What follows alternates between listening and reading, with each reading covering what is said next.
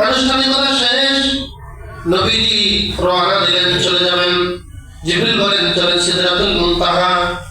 সিদরাতুল মানে বড়ই গাছ, কি গাছ? মুনতাহা মানে কি বলে এটাকে? সীমানা বলবেন? হ্যাঁ, মুনতাহা মানে শেষ সীমানা। বলে না মুনতাহা মানে কি? শেষ সীমানা। আমরা কে মুনতাহা শেষ সীমানা, এটাকে বলা হয় শেষ সীমানা। আর আমিও একটা কিছু বলি, এটা বললাম না।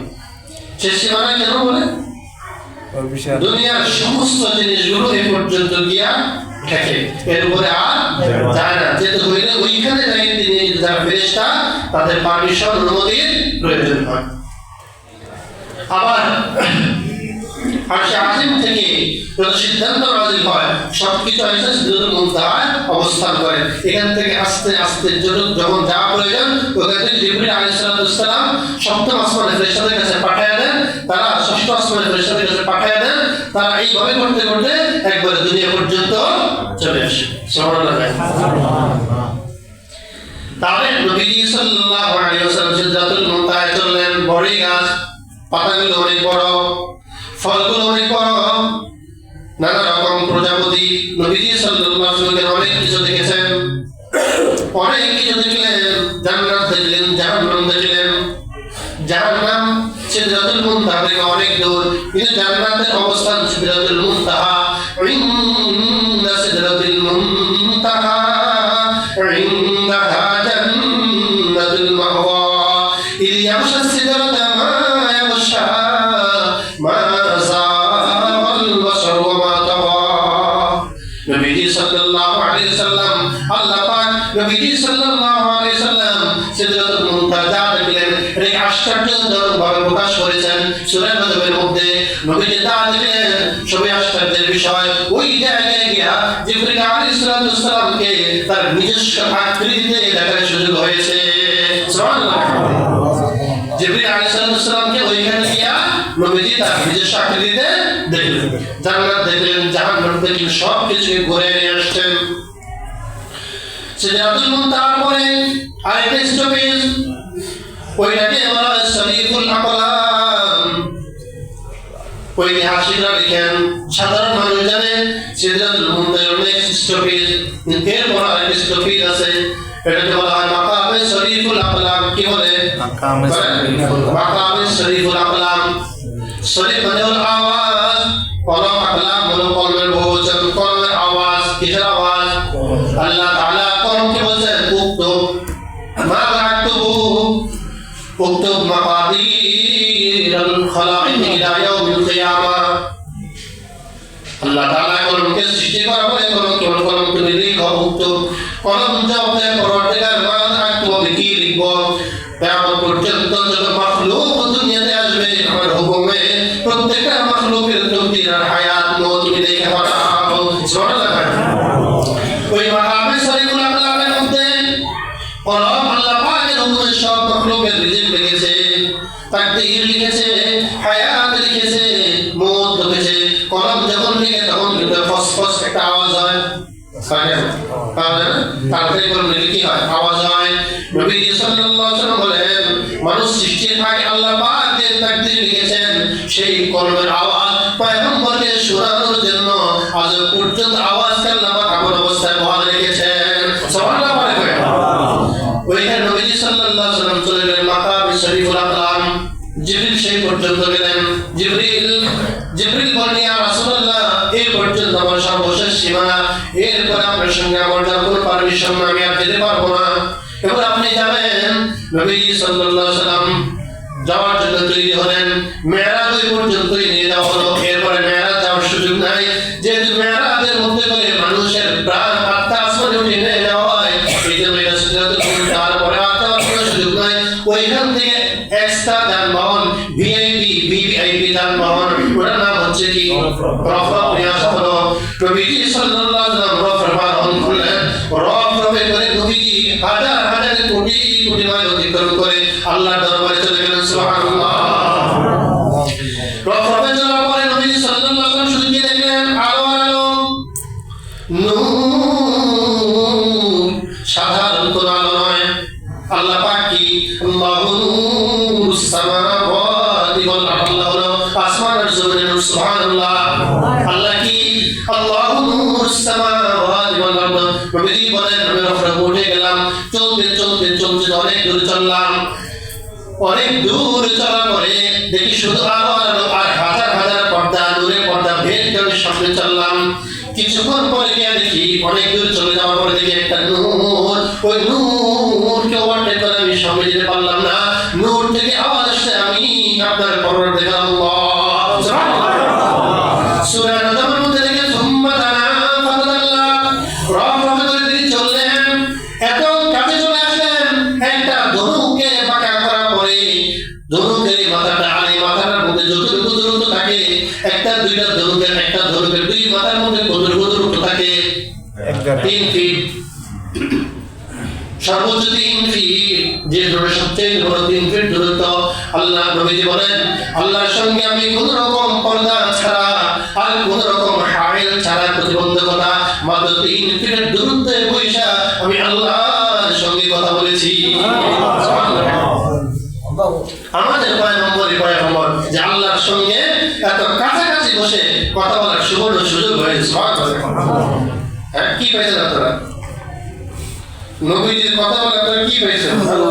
সময় আছে আর সবসময় যেখানে আসা হয় নবীজির সাল্লাল্লাহু সঙ্গে আল্লাহ কথা বলো, হাতে আদান প্রদান হলো, আত-তাহিয়াতু লিল্লাহি বলেন আসসালামু আলাইকুম, আসসালামু আলাইকা আইয়ুহান নাবিয়্যু ওয়া রাহমাতুল্লাহি ওয়া বারাকাতুহু, আসসালামু আলাইনা ওয়া ইবাদিল্লাহিস সালিহিন, আশহাদু আল লা ইলাহা ইল্লাল্লাহ ওয়া আশহাদু আন্না মুহাম্মাদান আবদুহু ওয়া রাসূলুহু। দোস্তের সঙ্গে কথা বলছে, শুধু নিজের পেট ভরে নাই, সঙ্গে সঙ্গে উম্মতকে স্মরণ করেছে। আর উম্মতকে স্মরণ করে খাওয়ার সময় বিসমিল্লাহ বলে না, দোস্তর খানা বিছায় না, ওয়াশরুমে যাওয়ার সময় স্মরণ করে না, ঘুমানোর সময় স্মরণ করে না, নামাজের সময় স্মরণ করে না। কিন্তু আমাদেরকে ভুলেন নাই, পরবর্তীকালের সঙ্গে কথা বলার সময় নিজের পরে ফার্স্টে কাকে নিয়ে আসছেন উম্মতের জন্য। ফাতেমার কথা বলেন নাই, খাদিজার কথা বলেন নাই, আয়েশার কথা বলেন নাই, ছেলের কথা বলেন নাই, মেয়ের কথা বলেন নাই। আমরা যদি প্রধানমন্ত্রীর কাছে যাই তার আগে বলবো আমি আমার কথা, আমার ওয়াইফের কথা, আমার সন্তানের কথা, আমার ছেলের কথা। ম্যাডাম সামনে আমার ছেলেটার জন্য একটা নমিনেশন পেপারের ব্যবস্থা করে দেন। ঠিক নবীজি এখানে গিয়ে ছেলের কথা বলেন নাই, মেয়ের কথা বলেন নাই, এতিম উম্মত, অসহায় উম্মত বলে স্মরণ করছেন। আজকে ওই দিকে আলোচনা করবো, নতুন আলোচনা করবো। আল্লাহ তাআলা নবীজি সাল্লাল্লাহু আলাইহি ওয়াসাল্লামের সঙ্গে যখন কথোপকথন হয়, ফাকালা লাহু রাব্বুহু ক্বাদ ইত্তাখাযতুকা খলীলাও ওয়া হাবিবা, পয়গম্বর আমি আপনাকে খলিল বানাইছি, আমি আপনাকে হাবিব বানাইছি। সুবহানাল্লাহ। ইব্রাহিম আলাইহিস সালামকে শুধু খলিল বানাইছে, আমাদের পয়গম্বর বলেন ইত্তাখাযতুকা খলীলাও ওয়া হাবিবা, আমি আপনাকে খলিল বানাইলাম, আমি আপনাকে হাবিব বানাই দিলাম। وأرسلتك إلى الناس كافة بشيرا ونذيرا, কুল কায়নাতের কাছে, সমস্ত মাখলুকের কাছে বাশীর হিসেবে প্রেরণ করলাম। আপনি যারা আমার হুকুম মানবে তাদেরকে সুসংবাদ দিবেন, যারা আমার হুকুম মানবে না তাদেরকে জাহান্নামের ভয় দেখাবেন। ওয়াশরাহতু লাকা সাদরাকা, আমি আপনার হৃদয়কে সবচেয়ে বড় করে দিলাম। আপনি গরীব হতে পারেন, আপনার হৃদয় এত বড় হবে কিয়ামত পর্যন্ত এত বড় হৃদয়ওয়ালা মানুষ আমি আল্লাহ সৃষ্টি করব না। আপনি এতিম, অসহায়, মা নাই, বাবা নাই, ধর্মের প্রচার করতে গিয়ে আপনার উপর অনেক বোঝা আসবে, অনেক ভারী বোঝা। চতুর্মুখী চাপে আপনি শিকার হবেন, চতুর্দিক থেকে চাপ আসবো, যত চাপ আসবে আমি আল্লাহ আমার জিম্মায় সবকিছু আসান করে দিব। আপনার কোন ছেলে জীবিত নয়, আমি আল্লাহ জীবিত রাখি নাই, আপনার মন খারাপের কোনো প্রয়োজন নাই, তেমন পর্যন্ত আমি আল্লাহর নামের সঙ্গে সঙ্গে আপনার নাম উচ্চারিত হবে। দিতেছেন না নিতেছেন? আল্লাহ আল্লাহ দিতেছেন না নিতেছেন? ورفعت لك ذكرك فلا أذكر إلا أذكرت معي وجعلت أمتك خير أمة, এতক্ষণ নবীকে দিলেন, এবার উম্মতকে দিতেছে, কি দিতেছে? وجعلت أمتك خير أمة ঘোষণা করলাম। প্রার্থী ঘোষণা করে না, হ্যাঁ, নির্বাচন কমিশন আবার জোর ঘোষণা করছে কাকে কোথায় দেবে। আল্লাহ তাআলা বলেন, এতদিন তো সব আপনাকে বলে দিছি, আজকে আমার পাশে বসে সমস্ত ফেরেশতাদেরকে সাক্ষী রেখা, সমস্ত কুল মাখলুকাতকে সাক্ষী রেখে ঘোষণা করলাম, আপনার উম্মতই হলো শ্রেষ্ঠ উম্মত। আপনার উম্মতের উম্মতকে আমি শ্রেষ্ঠত্ব দেই নাই। পাশে বসে ঘোষণা করছেন, ওয়াজআলতু উম্মাতাকা খায়রা উম্মাতিন উখরিজাত লিন-নাস। আপনার উম্মতের কাজ হলো মানুষের শুধু কল্যাণ কামনা করবে, অকল্যাণ কামনা করতে পারবে না। ওয়াজআলতু উম্মাতাকা ওয়াসাতান। আমি আপনার উম্মতকে ইনসাফগার উম্মত বানিয়েছি। কিয়ামতের দিন সমস্ত নবীগণের বিপক্ষে যখন তাদের উম্মত সাক্ষী দেবে, শুধুমাত্র আপনার উম্মত সমস্ত নবীগণের পক্ষে সাক্ষী হয়ে দাঁড়াবে। এই শুধু এই পাওয়ার আপনার উম্মতকে দিয়েছে, আপনার উম্মত সাক্ষী দেবে নবীদের পক্ষে। সুবহানাল্লাহ। ওয়াজআলতু উম্মাতাকা ওয়াসাতান ওয়াজআলতু উম্মাতাকা হুমুল আউওয়ালিন ওয়াল আখিরিন। তাই পয়গম্বর, আপনার উম্মত সর্বশেষ দুনিয়াতে আসছে, আপনার উম্মত সর্বপ্রথম জান্নাতে যাবে। সুবহানাল্লাহ। পাঠাইছি বলে জান্নাতে যাবে সবার আগে। ওয়াজআলতু মিন উম্মাতিকা আকওয়ামান কুলুবুহুম মানাজিলুহুম। আপনার উম্মত থেকে আমি একটা জাতি তৈরি করব, যাদের সামনে আমার কোরআন তেলাওয়াত, আমার কোরআনের পাঠের সঙ্গে সঙ্গে তাদের হৃদয়ের মধ্যে একটা নাড়া দিবে। আমার আল্লাহর নাম জিকিরের সঙ্গে সঙ্গে তাদের হৃদয়ের মধ্যে একটা নাড়া দিবে। ওই হৃদয়ের কম্পনে তাদের চোখ দিয়ে কোরআন তেলাওয়াতে আর জিকিরের কারণে পানি ঝরতে থাকবে।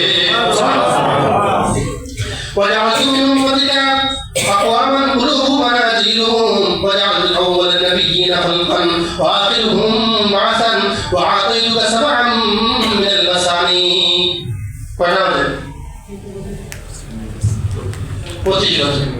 এই হাদিসটা অনেক লম্বা। নবীজি সাল্লাল্লাহু আলাইহি ওয়াসাল্লামকে দিয়েছেন, উম্মতকে দিয়েছেন, উম্মতকে আরো কিছু দিচ্ছেন, আরো কিছু দিচ্ছেন।